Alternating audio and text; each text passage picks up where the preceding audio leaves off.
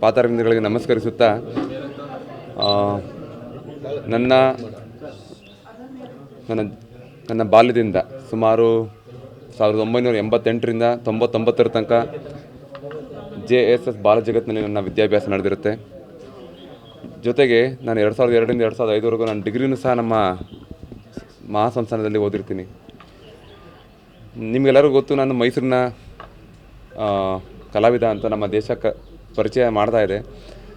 But Mysuru ಭಾಳ ದೊಡ್ಡ ಪಾತ್ರ ವಹಿಸಿದೆ ನನ್ನ ಒಂದು ಶಿಲ್ಪ ವೃತ್ತಿಯಲ್ಲಿ. ಆ ಒಂದು ಪರಿಗಣಿಸಿ ನನಗೆ ಮೊದಲು ನಮ್ಮ ಪೂಜ್ಯರ ಆಶೀರ್ವಾದ ಬೇಕಾಗಿರುತ್ತೆ. ಅವ್ರನ್ನ ನಾನು ನಿನ್ನೆ ಫೋನ್ ಮಾಡಿ ಕೇಳಿಕೊಂಡಾಗ ಇವತ್ತು ಉಪಹಾರಕ್ಕೆ ಅವರು ಆಹ್ವಾನ ನೀಡ್ತಾರೆ, ಅವರ ದೊಡ್ಡ ಗುಣ. ಜೊತೆಗೆ ಈ ಒಂದು ಸಂಸ್ಥೆಯು ನನ್ನಂತಹ ಲಕ್ಷಾಂತರ ಜನರನ್ನು ದೇಶಕ್ಕೆ ಕೊಡುಗೆಯಾಗಿ ನೀಡಿದೆ. ಜೊತೆಗೆ ಹಲವಾರು ಕ್ಷೇತ್ರಗಳಲ್ಲಿ ಅದರದೇ ಆದ ಒಂದು ಸೇವೆಗಳನ್ನ ನೀಡ್ತಾ ಬರ್ತಾ ಇದ್ದಾರೆ. ಇದು ನನ್ನ ಮೊದಲ ಕರ್ತವ್ಯ. ಮೈಸೂರು ನನ್ನ ತವರೂರು. ಈ ಊರಲ್ಲಿ ಇಂಥ ದೊಡ್ಡ ಸಂಸ್ಥೆ ಇರೋದು ನನ್ನ ಪುಣ್ಯ. ಅವರ ಆಶೀರ್ವಾದಕ್ಕೋಸ್ಕರ ನಾನು ಬೆಳಗ್ಗೆ ಒಂದು ಭೇಟಿಯನ್ನು ನೀಡಿದ್ದೇನೆ.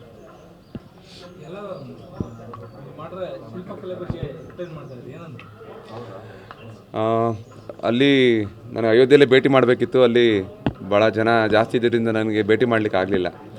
ಅವ್ರಿಗೂ ಅದರದ್ದು ಡೀಟೇಲ್ ಫೋಟೋಸ್ ನೋಡ್ಲಿಕ್ಕೆ ಸಿಕ್ಕಿರಲಿಕ್ಕಿಲ್ಲ. ಅದಕ್ಕೆ ನಾನು ಏನು ಮಾಡಿದ್ದೀನಿ ಅಂತ ಅವ್ರ ಬಗ್ಗೆನೂ ಅವರ ಅಭಿಪ್ರಾಯನೂ ಕೇಳಬೇಕಿತ್ತು. ನನಗೆ ಭಾಳ ಮುಖ್ಯ ನನಗೆ. ಯಾಕಂದರೆ ನಾನು ಮಾಡಿದ್ದು ನನಗೆ ಅಷ್ಟು ಗೊತ್ತಾಗಲ್ಲ. ಏನಾಗುತ್ತೆ, ಇದು ನಾನು ಎತ್ತ ಮಗು ಅಂದಾಗ ನನ್ನ ಕುರುಡು ಮಾಡಿಬಿಡುತ್ತೆ. ಹೆತ್ತವ್ರಿಗೆ ಹೆಗ್ಗಣ ಮುದ್ದು ಅಂದಂಗೆ ನಾನು ಮಾಡಿದ ವಿಗ್ರಹ ನನಗೆ ಚೆನ್ನಾಗಿ ಕಾಣುತ್ತೆ. ಬಟ್ ನನಗೆ ಬೇರೆಯವ್ರಿಗೆ ಹೇಗಿದೆ ಅನ್ನೋದು ಅಭಿಪ್ರಾಯ ಭಾಳ ಮುಖ್ಯ ಆಗಿರುತ್ತೆ.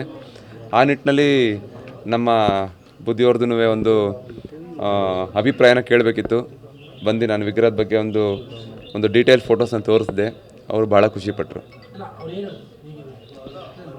ತುಂಬ ಚೆನ್ನಾಗಿದೆ ಅಂದರು, ಅದ್ಭುತವಾಗಿದೆ ಅಂದರು.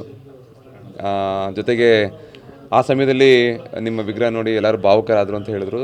ಅದು ಭಾವುಕರಾಗೋದು ಕಾರಣ, ನಾವು 500 ವರ್ಷಗಳಿಂದ ಇದಕ್ಕೋಸ್ಕರನೇ ನಾವು ಕಾಯ್ತಾ ಇದ್ದೀವಿ. ನಮ್ಮೆಲ್ಲರ ಮನಸ್ಸಲ್ಲಿ ರಾಮ ನೆಲೆಸಿದ್ದಾರೆ. ಆ ಒಂದು ಭಾವುಕತೆ ಆ ಟೈಮ್ನಲ್ಲಿ ಎಲ್ಲರಿಗೂ ಕಂಡಿದೆ ಅಷ್ಟೇ.